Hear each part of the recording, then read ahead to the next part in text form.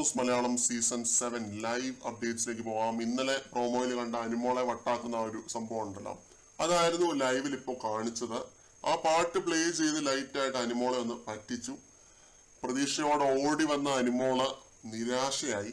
ഇത് കഴിഞ്ഞ് അനുമോളെ ആക്ടിവിറ്റി ഏരിയയിൽ വിളിപ്പിച്ച് അങ്ങോട്ട് പോയതിനു ശേഷമാണ് അനുമോളുടെ കസിൻ സിസ്റ്റർ ആയിട്ടുള്ള ആര്യ, അതേപോലെ അമ്മ രമണി എന്നിവര് ഹൗസിനുള്ളിലേക്ക് പ്രവേശിച്ചത്.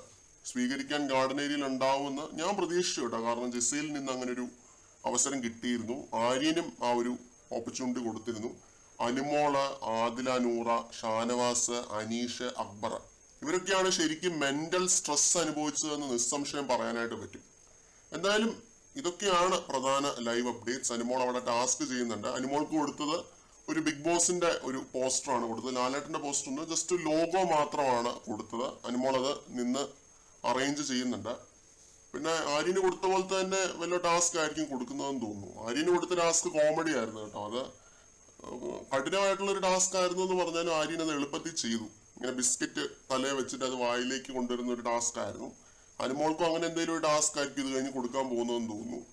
എന്നാലും അനുമോളുടെ അമ്മയും അതേപോലെ കസിൻ സിസ്റ്ററും കൂടി പ്ലാസ്മ ടിവിയിൽ ഇരുന്നിട്ട് അനുമോളുടെ പെർഫോമൻസ് കാണുന്നുണ്ട്. അനുമോൾക്കും കാണാൻ പറ്റുന്നുണ്ട് ഇവരെ. കൂടുതൽ ലൈവ് അപ്ഡേറ്റുകളുമായിട്ട് നമുക്ക് വീണ്ടും കാണാം.